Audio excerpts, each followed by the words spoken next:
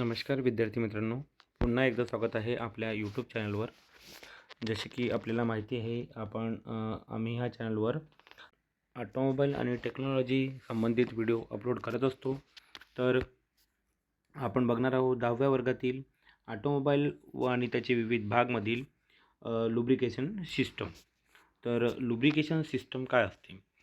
ज्या सिस्टमद्वारे गाड्यांच्या ज्या फिरणाऱ्या पार्टला आपण जे लुब्रिकेशन प्रोव्हाइड करतो त्याला आपण काय म्हणतो? Lubrication system. तर लुब्रिकेशन सिस्टममध्ये आपण काय कोणते कोणते घटक असतात, कोणत्या कोणत्या पार्ट्सला लुब्रिकेशनची आवश्यकता असते, इंजिनच्या कोणत्या कोणत्या मुख्य भागांना लुब्रिकेशनची आवश्यकता असते, त्या लुब्रिकेंटचं गुणधर्म काय असतं, आधी लुब्रिकेंट म्हणजे काय असतं, घर्षण कमी करण्यासाठी पण गाडीचं पार्टचं जे इंजिनचे एकासोबत भेटणारे जे पार्ट आहे, रोटेटिंग पार्ट आहे, त्यांना जे घासणारे पार्ट्स आहेत एक आपसमध्ये घासणारे जे पार्ट्स आहेत त्याचं घर्षण कमी करण्यासाठी जे जे यूज करतो आपण, उदाहरणार्थ ऑइल ग्रीस हे काय झालं, हे झालं लुब्रिकंट. तर आता आपण समोर बघूया लुब्रिकेटिंग सिस्टममधील समोर बघूया. तर लुब्रिकेटिंग सिस्टमचं कार्य काय असते? इंजिनच्या फिरणाऱ्या भागांना घर्षण कमी होण्यासाठी ऑइलचा पुरवठा करते आणि त्याचे भाग थंड ठेवण्याकरता कार्य करते. तर लुब्रिकेटिंगचे कार्य काय आहे? इंजिनच्या फिरणाऱ्या भागांना घर्षण कमी होण्यासाठी ऑइलचा पुरवठा करते आणि त्याचे भाग थंड ठेवण्यासाठी कार्य करते. तर तुम्हाला आपल्याला कळालं असेल लुब्रिकेशन सिस्टमचं कार्य काय आहे. तर ही आपल्यासमोर एक डायग्राम आहे जी की लुब्रिकेशन सिस्टमची डायग्राम आहे. तर यामध्ये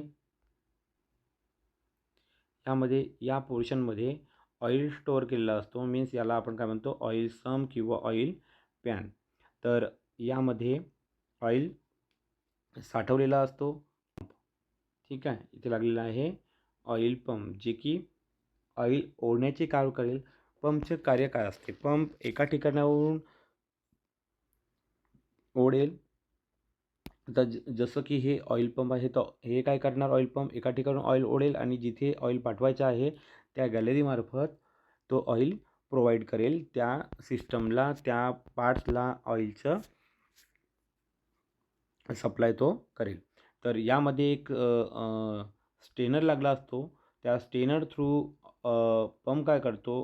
पंपनी ऑइल ओढले जातो आणि ह्या ऑइल गॅलरीमार्फत या सिस्टम्सला ऑइल पुरवठा केला जातो. ओके. लुब्रिकेशन सिस्टमला आपण काय म्हणतो? वंगण प्रणालीसुद्धा म्हणतो. तर समोर जाऊया आपण. इंजिनच्या कोणत्या कोणत्या मुख्य भागांना लुब्रिकेटिंगची आवश्यकता आहे ते आपण बघूया. Automobile engine lubrication. ऑटोमोबाईलमधील कोणत्या कोणत्या मुख्य भागांना लुब्रिकेशनची आवश्यकता आहे ते आपण बघूया.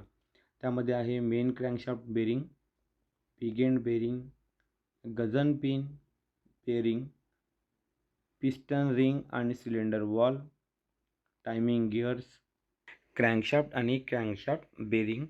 तर यामध्ये कॅम्पशाफ्टला सुद्धा लुब्रिकेशनची आवश्यकता असते. कॅम्पशाफ्टला सुद्धा लुब्रिकेटिंगची आवश्यकता असते. रॉकर आर्म्सला सुद्धा लुब्रिकेशनची आवश्यकता असते. त्यामध्ये आपण हे दोन पार्ट ॲड करून घ्यायचं की कॅम्पशाफ्ट आणि कॅम्पशाफ्ट. ठीक आहे. तर या मुख्य भागांना लुब्रिकेटिंगची आवश्यकता असते. तर आता समोर बघूया चांगल्या लुब्रिकेटिंगचे गुणधर्म. गुणधर्म म्हणजे त्याच्यामध्ये क्वालिटी काय आहे, त्या लुब्रिकेशन ऑइलमध्ये काय क्वालिटी असते ते आपण आता बघणार आहोत. आणि ते गुणधर्म त्या ऑइलमध्ये असणे आवश्यक आहे ते आपण आता पुढील प्रमाणे बघणार आहोत. तर पहिला गुणधर्म आहे विस्कोसिटी. विस्कोसिटी म्हणजे काय असते? विस्कोसिटी मीन्स त्या ऑइलच्या वाहनाचा जो गुणधर्म असतो त्याला आपण विस्कोसिटी म्हणतो. ऑइलच्या वाहनाचा गुणधर्म मीन्स विस्कोसिटी. तर हा प्रत्येक लिक्विडमध्ये असतो. तर ज्याचं काही काही लिक्विडची विस्कोसिटी कमी असतो, मीन्स तो पातळ असतो, आणि काही लिक्विडची विस्कोसिटी जास्त असते, मीन्स ते गाढ असते. ओके, तर आपण समोर बघूया काय म्हणतं हे. साध्या भाषेत विस्कोसिटी म्हणजे लुब्रिकेटिंग ऑइल वाहण्याचा गुणधर्म. जसे की तुम्हाला आधी सांगितलं आहे, हा एकमेव गुणधर्म असा आहे की ज्यामुळे बेरिंगचा पृष्ठभाग हा चांगल्या स्थितीत राहतो. काय म्हणतात यामध्ये, हा एकमेव गुणधर्म असा आहे की ज्यामुळे बेरिंगचा पृष्ठभाग जो असतो तो चांगल्या स्थितीत असतो. पृष्ठभाग मीन्स वरचा जो भाग असतो त्याला आपण काय म्हणतो, पृष्ठभाग. उदाहरणार्थ लुब्रिकेशन हायड्रोडायनामिक लुब्रिकेशनची खात्री करण्याकरिता लुब्रिकेटिंग ऑइलची विस्कोसिटी पुरेशी आहे. जास्त ऑइल नंबरचे ऑइल म्हणजे जास्त घट्ट ऑइल, त्यामुळे शक्ती वाया जाते आणि त्याचा उपयोग होत नाही. जास्त नंबरचे ऑइल म्हणजेच जसं उदाहरणार्थ आपण उदाहरण घेतलं की SAE40, SAE 20, जसे आपण उदाहरण घेतलं की आपण बाईकमध्ये कोणतं ऑइल वापरतो, इंजिन ऑइल कोणतं वापरतो आपण, जसं 20W40, SAE 10W30. तसंच गेअरबॉक्समध्ये आपण ऑइल वापरतो SAE60, SAE 90, SAE 120. तर जसं जसं त्या ऑइलचं ग्रेड वाढत जाईल तसं तसं त्या ऑइल घट्ट होत जाईल. जसं की इथे म्हटल्याप्रमाणे जास्त घट्ट ऑइल हे आपल्या कामात येणार नाही. त्यामुळे काय होतं आहे, शक्ती वाया जात आहे. इंजिनवर काय होतं आहे, लोड येते आणि इंजिनचे जो पार्ट असतो तो फिरण्यासाठी अडथळा निर्माण होतो आणि ऑइल सर्क्युलेशनसाठी सुद्धा अडथळा निर्माण होतो. त्यामुळे जास्त ग्रेडचं ऑइल हे आपण इंजिन ऑइलमध्ये वापरत नसतो. ते त्याच्या उपयोगानुसार आपण, जसं की गेअरबॉक्समध्ये SAE60, डिफरेन्शियलमध्ये SAE 90 ग्रेड आपण त्यामध्ये वापरत असतो त्याच्या उपयोगानुसार. तिथे जास्त गिअर्स असतात, त्या गिअर्सला लुब्रिकेशनची आवश्यकता असते. कंटिन्युअसली त्यामध्ये लुब्रिकेशन आवश्यकता असते, त्यामुळे त्याला जास्त ग्रेडचं ऑइल आपण यूज करतो. आपण इंजिन ऑइलमध्ये जे पार्ट असतात घासणारे एकमेकांशी, त्याच्यामध्ये क्लिअरन्स कमी असतात घासणाऱ्या पार्टमध्ये, म्हणून आपण त्यामध्ये पातळ ऑइल वापरतो ॲज कम्पेअर टू गेअरबॉक्स आणि डिफरेन्शियल. तर तुम्हाला कळलं असेल की आपण यामध्ये इंजिनमध्ये का बरं कमी विस्कोसिटीचे ऑइल वापरतो. ठीक आहे, तर आता समोर जाऊया. काय म्हणताय, इंजिन सुरू करण्याच्या वेळी लुब्रिकेटिंग ऑइलची विस्कोसिटी अतिशय कमी असले नाही तर इंजिन सुरू होत नाही.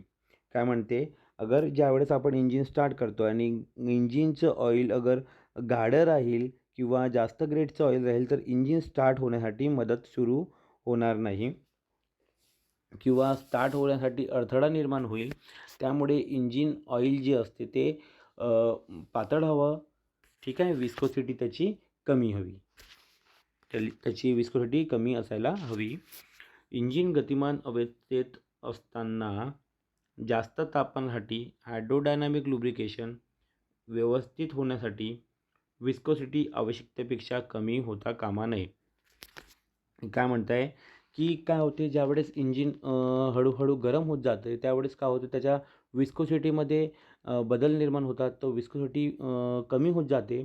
जसे इंजिन जसं जसं गरम होत जाते तसं काय होते, त्याच्या विस्कोसिटीमध्ये बदल होत जातात व जसे जसे इंजिन गरम होईल तसं विस्कोसिटीमध्ये बदलाव निर्माण होऊन तो ऑइल विस्कोसिटी त्याची कमी होत असते. ऑइलची जी विस्कोसिटी असते कमी होत असते.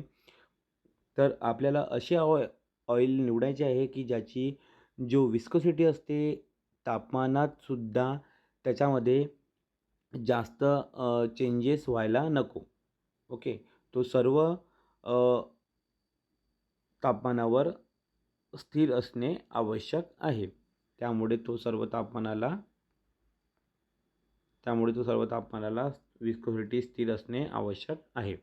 पुन्हा एकदा रिपीट करूया. काय म्हणत आहे, इंजिन सुरू करण्याच्या वेळी लुब्रिकेटिंग ऑइलची विस्कोसिटी अतिशय कमी असली नाही तर इंजिन सुरू होत नाही.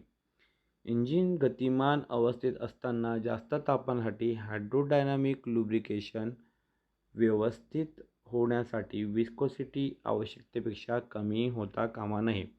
मीन्स विस्कोसिटी आवश्यकतेपेक्षा कमी होता कामा नये. अगर विस्कोसिटी कमी होईल तर आपसात घासणाऱ्या पार्टमध्ये झीज निर्माण होऊन ते पार्ट नुकसान करतील व ते पार्ट खराब होतील. त्यामुळे सर्व तापमानाला विस्कोसिटी स्थिर असणे आवश्यक आहे. विस्कोसिटी इंडेक्स म्हणजे तापमानाबरोबर लुब्रिकेंटची विस्कोसिटी बदलण्याची क्षमता. तसेच सर्व ऑइलची विस्कोसिटीमध्ये तापमानानुसार बदल होतो आणि त्यामुळे कमीत कमी बदलाचे ऑइल प्राधान्याने वापरतात. लुब्रिकंटचा सर्वात महत्त्वाचा गुणधर्म म्हणजे हा विस्कोसिटी आहे. त्यामुळे विस्कोसिटी आणि विस्कोसिटी इंडेक्सनुसार त्याची निवड होते. तर तुम्हाला हे कळालं असेल काय आहे. विस्कोसिटी हा सर्वात महत्त्वाचा गुणधर्म आहे. हे आपल्याला लक्षात ठेवणं गरजेचे आहे. लुब्रिकंटचा सर्वात महत्त्वाचा गुणधर्म म्हणजे हा काय आहे, विस्कोसिटी, जो की वाहनाचा गुणधर्म आहे. आणि आपल्याला काही पॉईंट्स लक्षात ठेवण्यासारखे आहेत. जसं की इंजिन जसं गरम होईल तसं त्याच्या विस्कोसिटीमध्ये बदलाव निर्माण होईल व विस्कोसिटी त्याची कमी होईल. जेवढं गाढ ऑइल तेवढी त्याची विस्कोसिटी जास्त व जेवढं पातळ ऑइल तेवढी त्याची विस्कोसिटी कमी असेल. ओके. तर तुम्हाला आय होप क्लिअर झालं असेल विस्कोसिटी म्हणजे काय असते. तर आपल्यासमोर हे एक चार्ट आहे. SAE means society of automobile engineers, viscosity grade and outdoor temperature.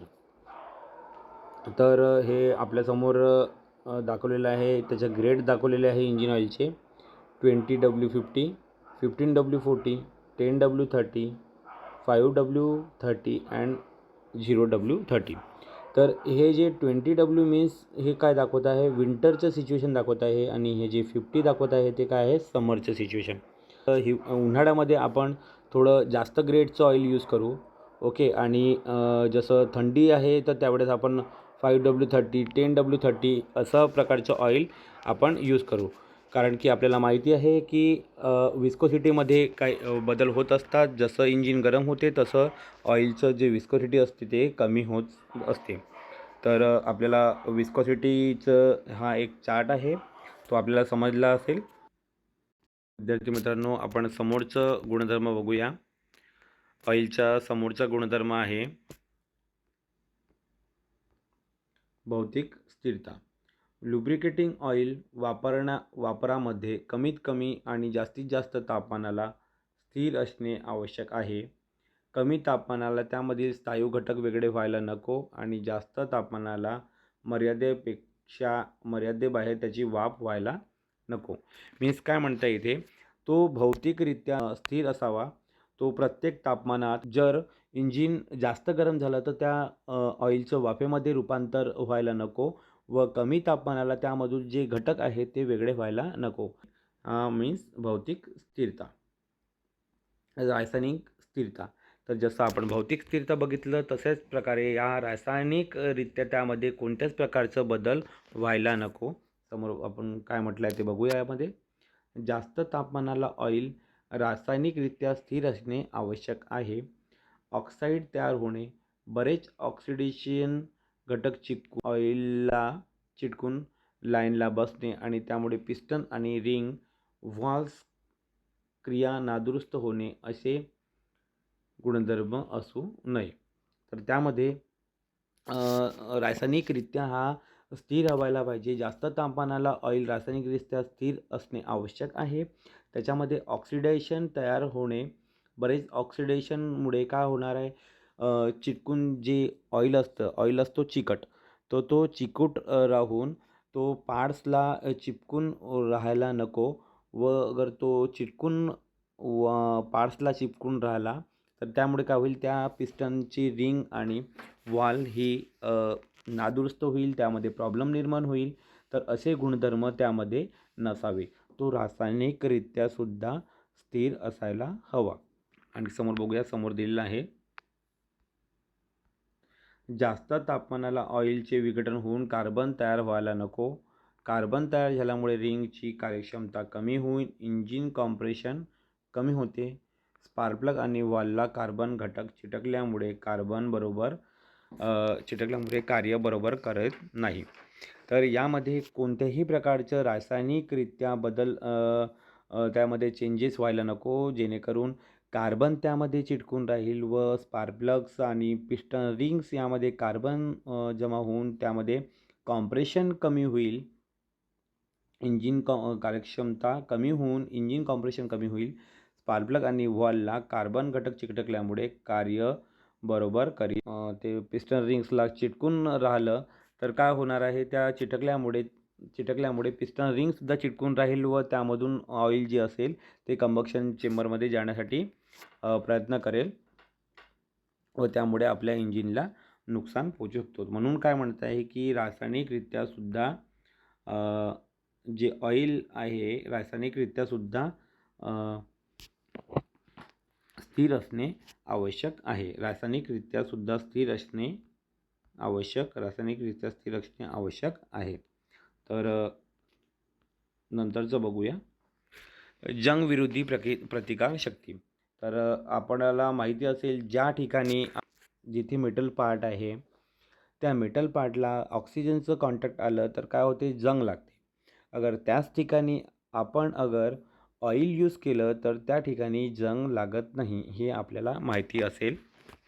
Okay, म्हणून आपण बघतोय की काही ठिकाणी जे पार्ट्स असतात ते त्यावर इंजिनची जे पार्ट्स असतात त्यावर कंपनीकडून ऑइल त्यावर लावलेलं असतं, जेणेकरून त्यामध्ये वातावरणाच्या कॉन्टॅक्टमध्ये येऊन त्यावर जंग लागायला नको. त्यामुळे ओके, तर त्यामध्ये हा एक गुणधर्म आहे की जंग विरोधी प्रतिकार शक्ती त्यामध्ये असते. ऑइलमध्ये असा कोणताही गुणधर्म नको की ज्यामुळे पाईपलाईन्स, क्रँककेस, इतर इंजिनचे भाग एकमेकांच्या संपर्कात येऊन गंजतील.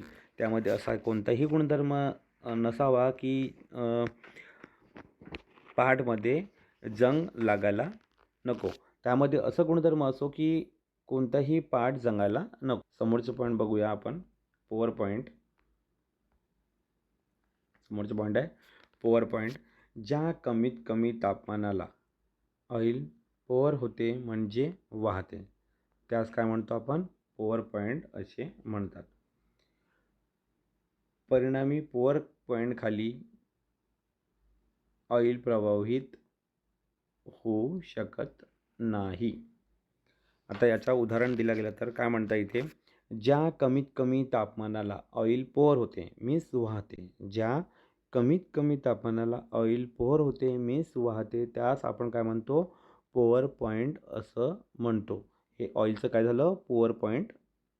ओके, तर याचंच उदाहरण दिलं तर आपण ज्यावेळेस सकाळी गाडी स्टार्ट करतो, तुम्ही बघितलं असेल तुमचं फॅमिली मेंबर्स तुम्ही बघितलं असेल खूपदा लोक काय करतात, खूपदा आपण ज्यावेळेस गाडी स्टार्ट करतो तर गाडी स्टार्ट केल्यानंतर खूप सकाळी खूप रेस करतो. मीन्स काय करतो, गाडीला त्याच्या ऑप्टिमाइज टेम्परेचरपर्यंत आणतो, म्हणजेच तो इंजिन वाहण्यास सुरुवात होते.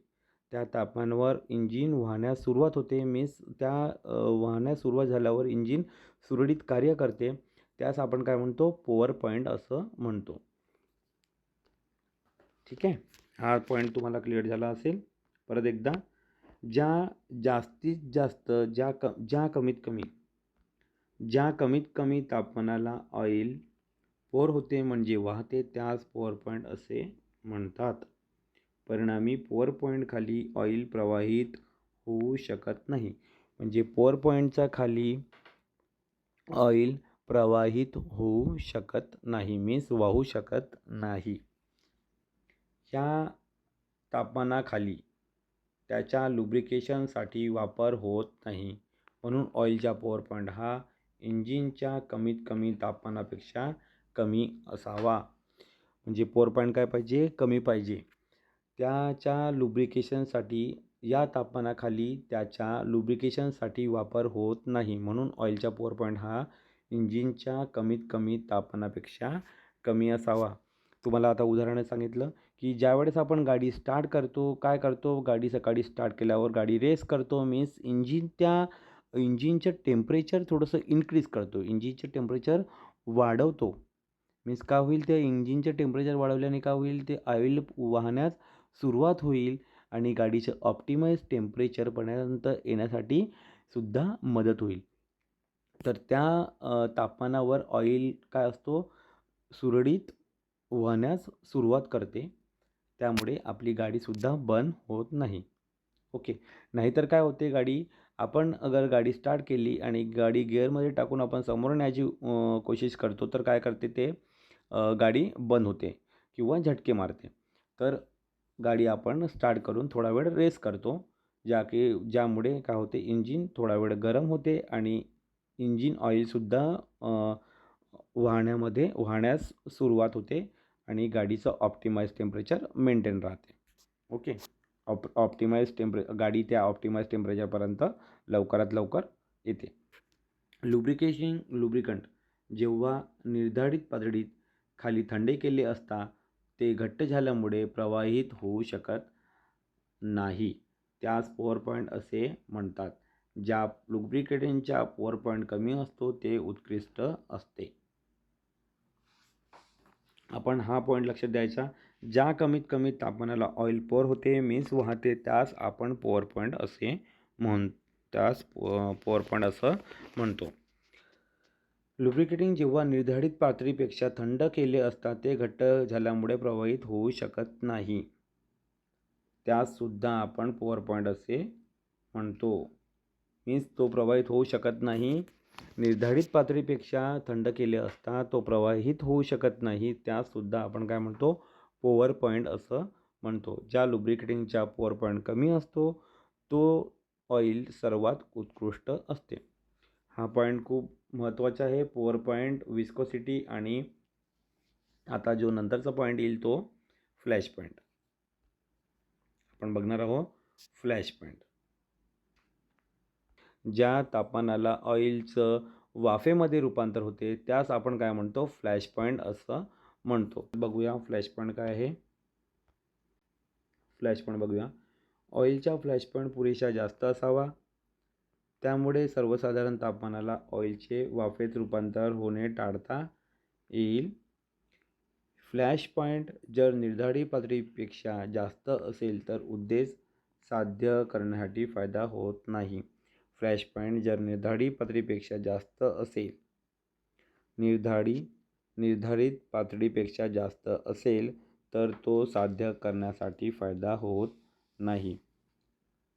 अगर फ्लॅश पॉईंट जास्त असेल तर त्याच्या वाफेमध्ये रूपांतर होईल व ऑइल, गाडीमधले जे आपलं ऑइल असते, इंजिन ऑइल, हे का होईल, वाफेमध्ये रूपांतर होऊन ते कमी कमी होत जाईल. ओके. लुब्रिकेटिंग ऑइलचा फ्लॅश पॉईंट हा कमीत कमी तापमानाला असतो. ज्या तापमानाला पुरेशी वाफ तयार होऊन हवेसोबत ज्वलनशील मिश्रण तयार होते. जर त्यानंतर ऑइल जास्त गरम होत गेले तर त्याचे ज्वलन सुरू होते. या तापमानास फायर पॉईंट असे म्हणतात. ज्या तापमानाला ऑइल जळते त्याला आपण काय म्हणतो, फायर पॉईंट असं म्हणतो. आणि ज्या कमीत कमी तापमानाला ऑइलचं वाफेत रूपांतर होते त्याला काय म्हणतो आपण, फ्लॅश पॉईंट. त्याचा फ्लॅश पॉईंट, तो ऑइलचा फ्लॅश पॉईंट असतो. ओके. तर ऑइलचं जे फ्लॅश पॉईंट असतं ते जास्त पाहिजे. मीन्स ऑइलचं फ्लॅश पॉईंट काय असायला पाहिजे, जास्त असायला पाहिजे आणि पोअर पॉईंट कमी असायला पाहिजे. ऑइलचा जो फ्लॅश पॉईंट आहे तो जास्त असायला पाहिजे आणि पोअर पॉईंट काय असला पाहिजे, कमी. म्हणजे जास्त तापमानावर तो वाफेत रूपांतर व्हायला नको व कमी तापमानामध्ये तो पोअर होण्यामध्ये सुरुवात. ओके. फ्लॅश पॉईंट समजलं. फ्लॅश पॉईंट काय असते ते समजलं आपल्याला. ज्या जास्तीत जास्त कमीत कमी तापमानाला ऑइल चं वाफेमध्ये रूपांतर होतं त्याला आपण काय म्हणतो, फ्लॅश पॉईंट. आणि ज्या ज्या तापमानाला ऑइल जळण्यास सुरुवात होते त्यास काय म्हणतो आपण, फायर पॉईंट. ओके. स्वच्छता हा एक त्याचा गुणधर्म आहे. ऑइलच्या समोरचं एक गुणधर्म आहे स्वच्छता. ऑइल पुरेसे स्वच्छ आणि स्थिर असल्यामुळे क्रँकेस आणि ऑइल लाईन्स स्वच्छ राहतात. त्यात एजंट विशेष घटक याचा समावेश असतो. त्यास डिटर्जंट असं म्हणतो आपण. डिटर्जंट आपल्याला माहिती आहे काय आहे. आपण जे की कपडे धुण्यासाठी वापरतो तशाच प्रकारचं डिटर्जंट एक ॲडिटिव्ज म्हणून, एक एजंट म्हणून त्या ऑइलमध्ये टाकले जातात. याचं उदाहरण दिलं गेलं तर ज्यावेळेस आपण एका कंटेनरमधून ऑइल त्याच्यामध्ये टाकतो तर त्यामध्ये वरून बुडबुडे आपल्याला बघायला मिळतात. तर तोच एजंट असतो की ज्यामुळे आपल्या ऑइलची जी लाईन्स असतात, क्रँकेस असते ते क्लिअर राहते, क्लीन असते. त्यामुळे काय म्हणतात, त्यामुळे इंजिनच्या भागामधील ऑइल फिरतेवेळी सर्क्युलेशन अशुद्ध घटक बाहेर निघतात. हे अशुद्ध घटक पुन्हा शुद्ध केले जातात किंवा ठराविक कालावधीनंतर ऑइल बदलतेवेळी त्याबरोबर बाहेर काढले जातात. तर आपण ज्यावेळेस रेग्युलर इंटरवल नंतर आपण अगर ऑइल चेंज करतो तर त्यामध्ये आपल्याला आतमधील जे पार्ट असतात ते आपल्याला क्लीन पाहाव्यास मिळतात.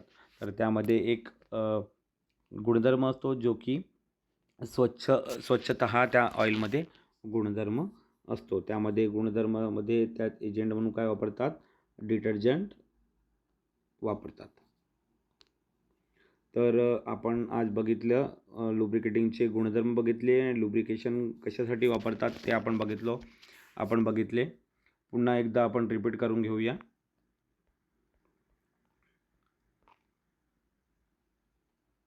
लुब्रिकेटिंगचे कार्य आपल्याला माहिती आहे. दोन आपसमध्ये घासणाऱ्या पार्टमधील घर्षण कमी करण्यासाठी व त्या घासणाऱ्या पार्टमध्ये जे उष्णता निर्माण होते ते उष्णता काढून घेण्यासाठी आपण ह्या लुब्रिकेशन सिस्टमचा यूज करतो, या लुब्रिकेटिंग सिस्टमचा वापर करतो. आणि आपण लुब्रिकंट म्हणून जो वापरतो त्या घर्षण कमी करण्यासाठी त्याला आपण काय म्हणतो, लुब्रिकंट. आणि लुब्रिकंटचं उदाहरण काय आहे, ऑइल ग्रीस, जे की घर्षण कमी करण्यासाठी आपण जे वापरतो त्यास आपण काय म्हणतो, लुब्रिकंट. ऑटोमोबाईलमध्ये इंजिनच्या कोणत्या कोणत्या मुख्य भागांना लुब्रिकेशनची आवश्यकता आहे? Main crankshaft bearing, big end bearing, gudgeon pin bearing, piston ring and cylinder valve, timing gear, camshaft आणि क्रँकशाफ्ट बेरिंग, रॉकर आर्मसुद्धा यामध्ये येईल. ओके. तर लुब्रिकेटिंगचे एक्झाममध्ये अशा प्रकारचे प्रश्न विचारतात की कोणत्याही चार लुब्रिकेटिंगचे गुणधर्म सांगा किंवा कोणत्याही 5 लुब्रिकेटिंगचे गुणधर्म सांगा. तर तुम्ही यामध्ये सांगू शकता. विस्कोसिटी हा एक गुणधर्म आहे. भौतिक स्थिरता, रासायनिक स्थिरता, स्वच्छता हा एक त्यामध्ये गुणधर्म आहे. जंगविरोधी शक्ती, प्रतिकारशक्ती, पॉवर पॉईंट, फ्लॅश पॉईंट, हे 6 गुणधर्म आहे. यामधील कोणतेही 5 गुणधर्म आपल्याला एक्झाममध्ये विचारतात. कोणत्याही 5 गुणधर्म तुम्ही एक्सप्लेन करायला आपल्याला एक्झाममध्ये विचारतात. किंवा यावर टिपा लिहा असं सुद्धा म्हणतात. विस्कोसिटीवर टिपा लिहा असं म्हणतात. किंवा हे 2 पॉईंट जे आहे आपल्याकडे, पॉवर पॉईंट आणि फ्लॅश पॉईंट, यावर टिपा लिहायला येतात. हे खूप महत्त्वाचं गुणधर्म आहेत. तर आपण हा व्हिडिओ इथे स्टॉप करूया. ओके. तर विद्यार्थी मित्रांनो, अगर चॅनलवर नवीन असाल तर चॅनलला सबस्क्राईब करून बेल आयकॉन प्रेस करून द्या, ताकी आमच्या नवीन व्हिडिओची नोटिफिकेशन आपल्यापर्यंत पोहोचत राहील.